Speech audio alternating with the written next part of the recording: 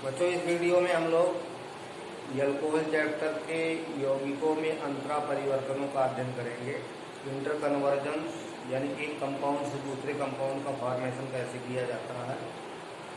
तो पिछले वीडियो में आपको कुछ बताने का प्रयास किया गया था, लेकिन उससे आगे इसमें बताया जा रहा है। तो पहला है इसमें एथिल अल्कोहल से एथिलीन, एथिल अल्कोहल से एथिलीन।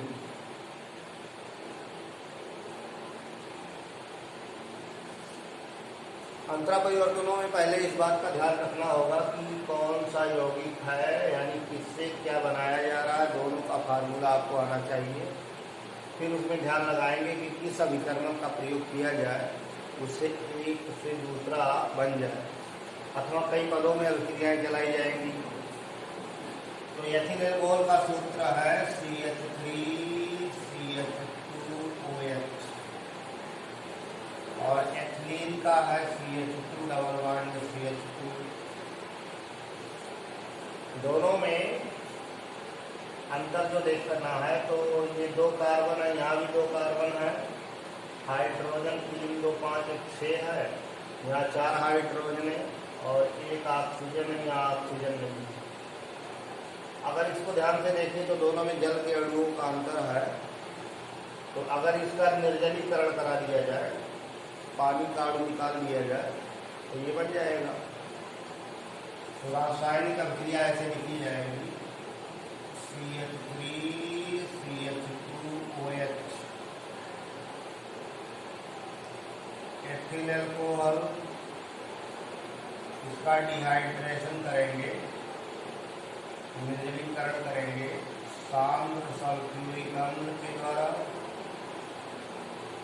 160 से 170 डिग्री सेल्सियस टेम्परेचर दिखा देंगे। अब इसमें से जल निष्कासित हो जाएगी। ये डिहाइड्रेटिंग एजेंट है, इसका पानी निकल जाएगा, तो उत्पाद आपको एक कहीं पर भी मिल जाएगा, एथिलीन CH2CH2।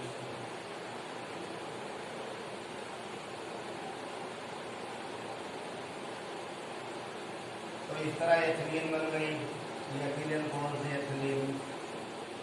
ऐसे दूसरा बनाना है एसिटिक अम्ल से एथिल अल्कोहल। दूसरा कन्वर्जन है एसिटिक एसिड से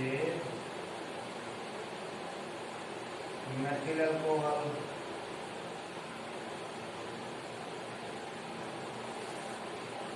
तो एसिटिक अम्ल का फार्मूला आपको जानना है और मेथिल अल्कोहल का उसके बाद का रिएक्शन दिखाया जाएगा। तो एसिटिक अम्ल का फार्मूला है CH3COOH और मेथिल अल्कोहल का CH3OH। अब ये 2 कार्बन का कंपाउंड है, ये 1 कार्बन का है। तो पहले तो ये ध्यान देना कि कार्बन की संख्या घटानी है, इसमें कार्बन की संख्या कम करनी है।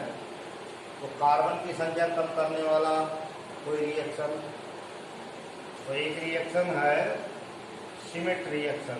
कार्बोक्सिलिक अम्ल की अभिक्रिया हाइड्रोजोइक एसिड सांद्र सल्फ्यूरिक अम्ल की उपस्थिति है। तो कार्बोक्सिलिक अम्ल की हाइड्रोजोइक अम्ल, N3H सूत्र हाइड्रोजोइक अम्ल का है, इससे रिएक्शन होती है तो कार्बोक्सिलिक एमीन में बदल जाते हैं, RNH2 बनता है, नाइट्रोजन गैस निकलती है, साथ में कार्बन डाइऑक्साइड निकलती है। तो कार्बोक्सिलिक एमीन में बदल जाते हैं सिमेट रिएक्शन के द्वारा और कार्बन की संख्या कम हो जाती है। और एक रिएक्शन ध्यान रखिए कि amine, primary amine RNH2 nitrous acid से रिएक्शन कराने पर अल्कोहल ROH में बदल जाते हैं, नाइट्रोजन गैस और जल बनती है। तो NH2 समूह को OH में कन्वर्ट करने के लिए नाइट्रस अम्ल का प्रयोग किया जाता है। अब इन दोनों अभिक्रियाओं का उपयोग यहाँ कर दिया जाए। अंतरा परिवर्तन करने में विभिन्न श्रेणी के रिएक्शनों की जानकारी आवश्यक है। जैसे आपको कार्बोक्सिलिक अम्लों में सीमेंट रिएक्शन बताया जाएगा, इसको धीरे धीरे ध्यान में लाएंगे। तो एसिटिक अम्ल है CH3COOH। अब सीमेंट के रिएजेंटों को तीर पर लिख लेंगे। N3H hydrochloric acid, sulphuric acid नीचे लिखा लेंगे। तो अब इसका जो कार्बोक्सिलिक है वो एमीन में बदलेगा, तो हो जाएगा CH3NH2। ये एसिटिक एसिड है और ये मेथिलेमीन है।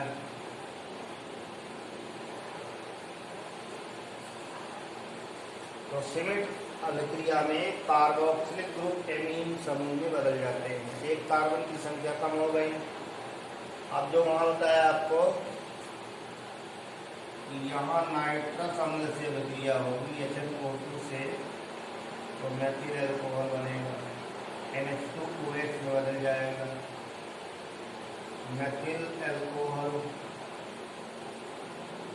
एसिटिक अम्ल से पहले मेथिलेमीन बनाया, कार्बन घट गया, फिर NH2 को HNO2 के द्वारा OH में कन्वर्ट कर दिया। तो ये अंतरा परिवर्तन है। इसमें दो रिएक्शन इन्वॉल्व हुई है। एक सीमेंट रिएक्शन, उससे एमीन बना और एमीन को एल्कोहल में नाइट्रस अम्ल के द्वारा परिवर्तित कराया गया है। तीसरा रिएक्शन है एथिल एमीन से एथिल अल्कोहल बनाना है। एथिल एमीन से एथिल अल्कोहल बनाना है।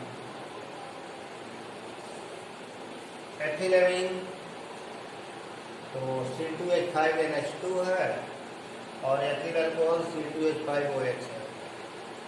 तो ये जो नाइट्रस अम्ल वाला रिएक्शन है NH2 को OH में बदल देता है। ये रिएक्शन यहाँ लागू कराएंगे, एक ही पद में आपको इंटर कन्वर्जन मिल जाएगा, अंतरा परिवर्तन मिल जाएगा। तो एथिलेमीन CH3CH2NH2 एथिलेमीन है। नाइट्रस एसिड HNO2 से रिएक्शन होगी, बनेगा CH3CH2OH ethyl alcohol. Nitrogen gas बनेगी N2 और जल अलग हो जाएगा। एथिल अल्कोहल का फॉर्मेशन होगा, तो एमीन अल्कोहल में कन्वर्ट हो गई।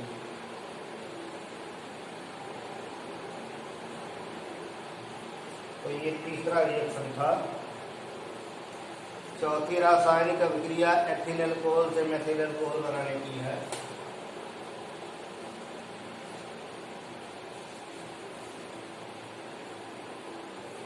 एथिल अल्कोहल से मेथिल अल्कोहल है।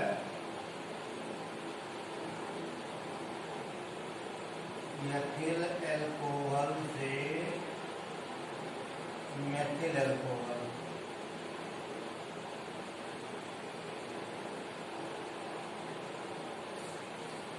यहाँ भी एसिटिक अम्ल से मेथिल अल्कोहल बनाने के लिए बताया गया था। तो पहले एथिल अल्कोहल यानी 2 कार्बन का अल्कोहल है, उससे 2 कार्बन के एसिड में कन्वर्ट कर दिया जाए।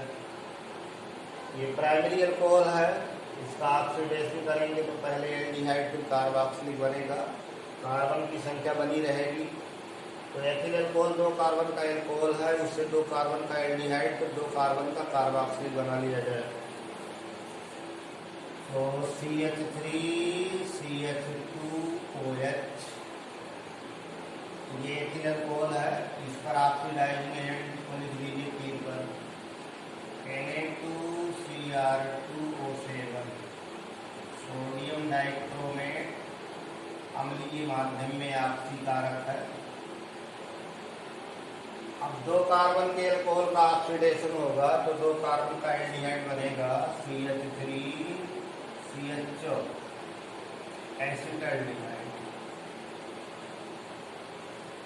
प्राइमरी अल्कोहल ऑक्सीडाइज हो करके उतने ही कार्बन का एल्डिहाइड पहले देते हैं और आगे ऑक्सीडेशन इसका चलेगा तो उतने ही कार्बन का एसिड मिलेगा। तो 2 कार्बन के अल्कोहल से 2 कार्बन का एसिड मिल गया। अब रासायनिक अभिक्रिया ये जो दूसरे में बताई गई थी, एसिटिक अम्ल से मेथिल अल्कोहल, तो फिर ये रिएक्शन चला दिया जाए, मेथिल अल्कोहल मिल जाएगा। तो ऐसे रासायनिक अभिक्रियाओं को जोड़ करके अंतरा परिवर्तन कराए जाते हैं, एक यौगिक से दूसरा परिवर्तित कराया जाता है। तो एसिटिक अम्ल में यहाँ सिमिट रिएक्शन चलेगी, हाइड्रोजोइक एसिड और सल्फ्यूरिक एसिड ये सिमिट के रिएजेंट हैं। बनेगा मेथिलेमीन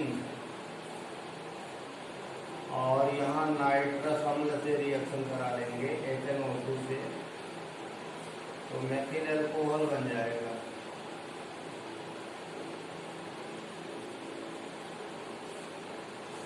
तो इस तरह ये चौथा कन्वर्जन हुआ।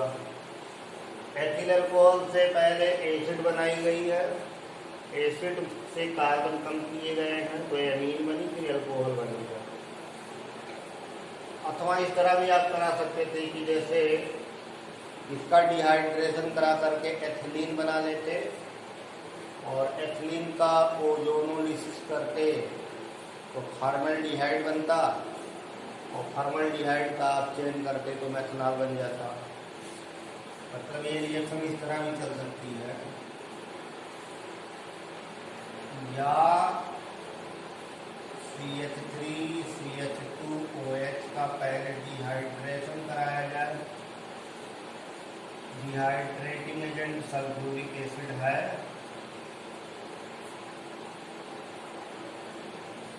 तो एथिलीन मिलेगा CH2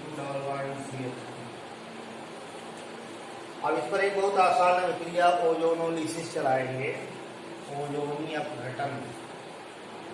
तो ओजोन से रिएक्शन होती है और फिर उसका अपघटन कर देते हैं,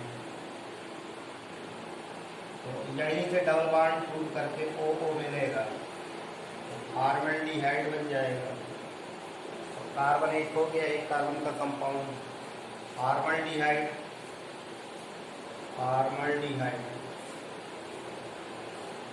फॉर्मल्डिहाइड एक कार्बन का है, इसका आप चेंज करा दो H2-NI, यानी निकेल द्वारा हाइड्रोजनीकरण कर दिया जाए तो फॉर्मल्डिहाइड ये जो एक कार्बन का एल्डिहाइड है रिड्यूस होकर एक कार्बन का अल्कोहल बनाएगा CH3OH, मेथिल अल्कोहल।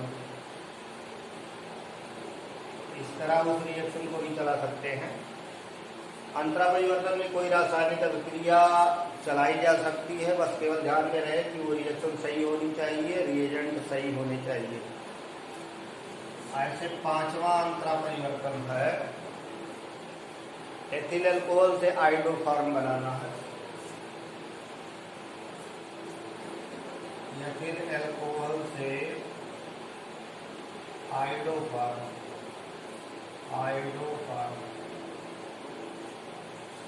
अब जैसे क्लोरोफॉर्म होता है वैसे आइडोफॉर्म है। क्लोरोफॉर्म का सूत्र है CHCl3 और आइडोफॉर्म का सूत्र है CHI3।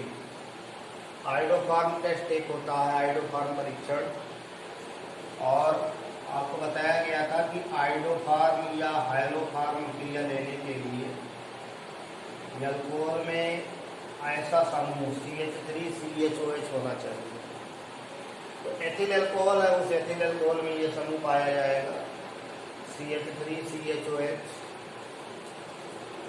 एथिल अल्कोहल से आइडोफॉर्म बनाने में हाइलोफॉर्म रिएक्शन कराई जाए। हाइलोफॉर्म अभिक्रिया एक महत्वपूर्ण अभिक्रिया है और आइडोफॉर्म टेस्ट भी कराया जाता है।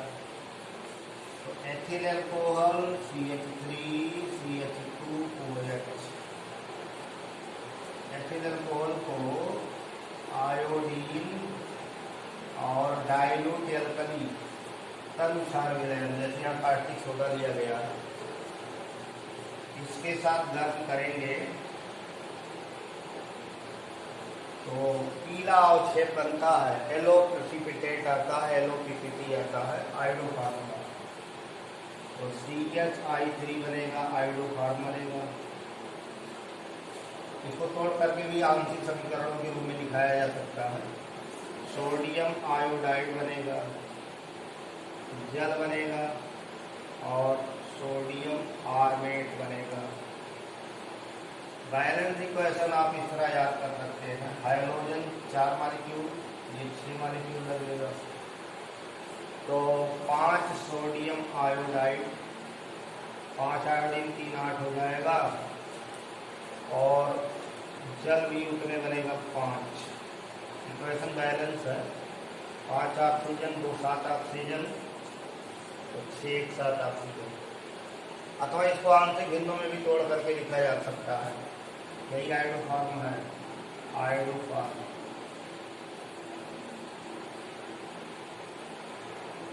आंशिक समीकरण या पार्शियल इक्वेशंस में इसे तोड़ेंगे तो पहले इसका ऑक्सीडेशन होता है CH3 CH2OH, इसका ऑक्सीडेशन होगा।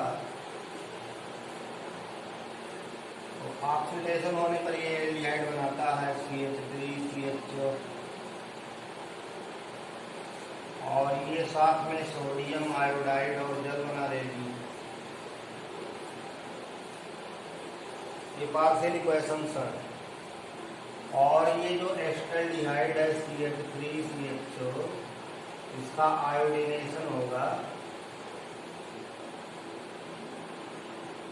तो ये जो फंक्शनल ग्रुप CHO जिस कार्बन से जुड़ा है उसकी अल्फा हाइड्रोजन हटती हैं और ट्राई आयोडो एस्टल्डिहाइड CI3CHO बनेगा और साथ में सोडियम आयोडाइड और जल बनेगा। और ये जो ट्राई आयोडो एस्टल्डिहाइड है CI3CHO, ये डिकम्पोज होगा तो आयोडो फार्म बनेगी और सोडियम फार्मेट बनेगा। अब ये 3 जो पार्शियल इक्वेशंस हैं इनको जोड़ दिया जाए बीजगणित जैसा, ये कट हो जाएगा, ये कट हो जाएगा। तो ethyl alcohol CH3 CH2OH plus 3 4 4 I2 और 2 3 5 1 6 6 NaOH और आयोडो फार्म बन गया। 5 सोडियम आयोडाइड हो गई, 5 H2O हो गया और सोडियम फार्मेट हो गई। तो अंतरा परिवर्तन में अगर एक लाइन का इक्वेशन है तो पूरा आप लिख लीजिए, ठीक रहेगा।